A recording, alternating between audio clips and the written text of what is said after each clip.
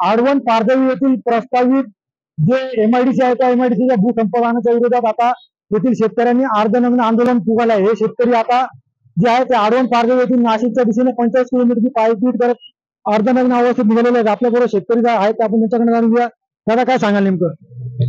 गेल्या 1.5 ते 2.5 वर्षापासून आम्ही आंदोलन करतोय आणि शासनाला वारंवार सांगतोय की आमच्या तालुक्यामध्ये 74% जमीन आजपर्यंत ॲक्वायर झालेली आहे आणि ज्या ठिकाणी एमआयडीसी झालेले आहेत, आताच काल परवाची घटना आपण बघू शकतो की जिंदल कंपनी आपण तिथे उभा आहोत, तिथं इतका मोठा ब्लास्ट झाला, त्याच्यामुळे परिसर सगळा हा सील करण्यात आला।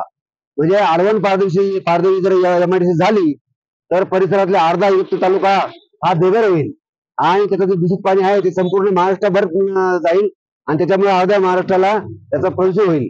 म्हणून आम्ही शासनाला विनंती करतो की तुम्ही आम्हाला नग्न करू नका, कारण जर आमच्या जमिनी गेल्या तर आम्ही अक्षरशः नग्न होणार आहोत, आमचं काहीच राहणार नाही। आणि म्हणून आम्ही हे अर्धनग्न होत आम्ही पायपीट करत जिल्हाधिकारी कार्यालयावर आम्ही मोर्चा काढलेला आहे। माझाही आपण आत्मदहनाचा इशारा दिला होता, त्याच्यानंतर काय झालं?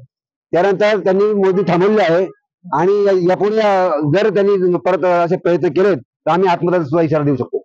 अगर पाहिलं तर हे भूसंपादनाचा विरोध करत आहेत आणि जर ही मोजणी जर थांबवली नाही आणि जर सातबाऱ्यावर जर शासनाचे नाव लावले तर यांनी आत्मदहनाचा इशारा दिलेला आहे। निलेश पुरोहित, TV9 मराठी, इगतपुरी।